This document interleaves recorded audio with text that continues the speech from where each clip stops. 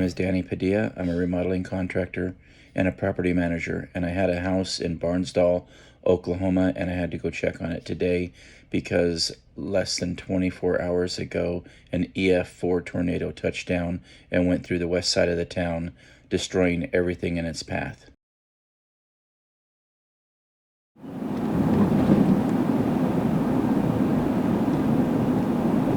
I must have picked that Barnsdall sign up because I didn't see it laying down over on the right hand side.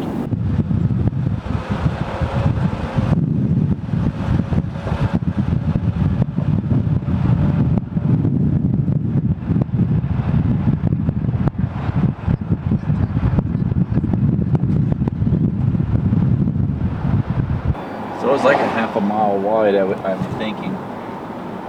Maybe 3/4 of a mile wide.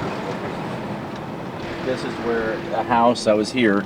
I got pictures of this. That's a double wide, and here's half of it, and the other half is wrapped around his house on the back side.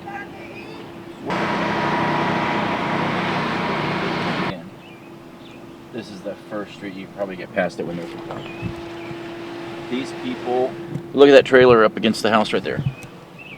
I've got pictures of that. These people, they were standing on their porch and blew their foundation off. I got pictures of that yesterday. This was yesterday. This was a double wide, and it's all right here. But it started way over there.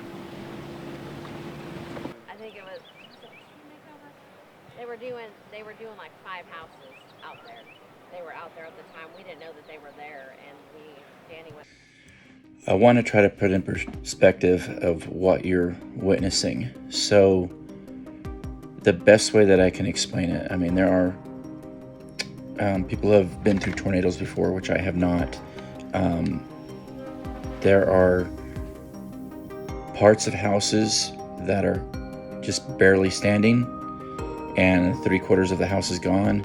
There are other houses ripped completely from their foundations.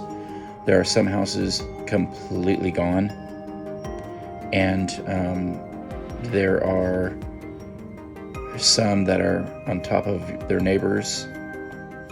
I'm trying to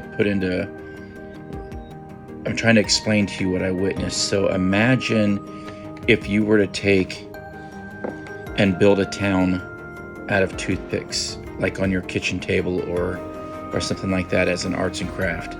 Imagine building an entire town replica.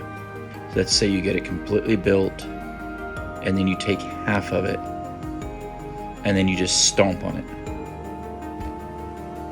And then take it and kick it. And that's about how I can explain what I witnessed.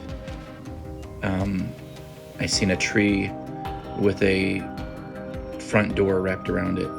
They're in the pictures. I seen a lady, which I get to interview later,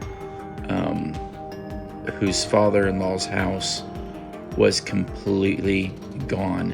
It was a double wide trailer, and there was literally, when I say zero, absolutely zero trace of this house. But oddly enough, the air conditioning's still sitting there. They found 2 large glass figurines, one of a cat and one of a pig. They didn't get harmed. It was inside the house. The house is completely gone. No traces of it, no traces of the frame, nothing. It's like gone, like it never existed. But those 2 figurines were still there, not broken, laying on the ground when they got there. And she was just sitting on a log, and they're waiting for her. They're waiting for rescue teams to find out where the dad went.